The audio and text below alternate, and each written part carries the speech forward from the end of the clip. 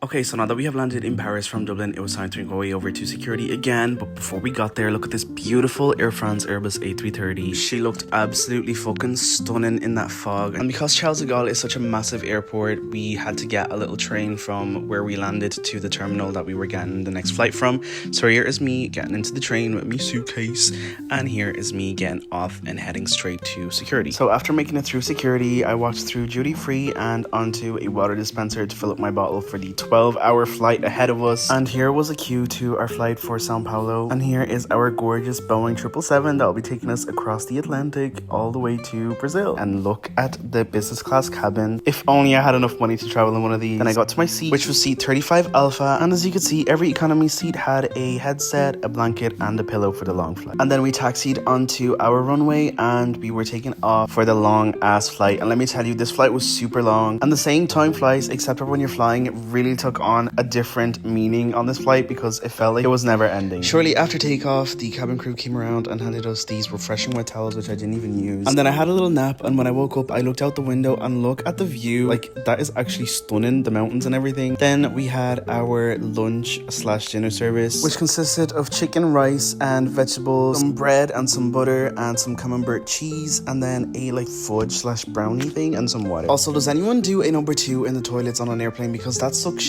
flush thing scares me so badly. At this point, we were flying for 6 hours and there was still like another 6 hours left, so I was just playing some Bejeweled on the in-flight entertainment system to kind of pass the time a bit quicker. And because this was a daytime flight and most of the people were sleeping, we kept the window blinds down, but every time I would open it, it felt like we were stuck in the same position. As you can see here, there was still 6 hours and 38 minutes left, and I watched some Candle Ray because you can never go wrong with a bit of true crime. And I occasionally went back to the galley to get some refreshments, and then we could see some land, which was great to see, which meant that we were getting closer to our destination. And then around an hour and a half before we landed, the crew came back again and gave us a few little snacks to keep us going until we landed, which was actually a lot of food. I felt so fucking fat after this, but it was nice because I was actually starving. And then we started our descent, and look at that fucking rainbow, it's giving LGBT. And it was kind of cloudy and a bit dull here in Sao Paulo, but it's because it's rainy season here. And then we landed, thank fuck, after around 12 hours of flying. And then I disembarked the aircraft. I was the last one to leave because I always like to leave without like having to queue behind other people. And then I had to wait for flight number 3, which was fucking chaotic.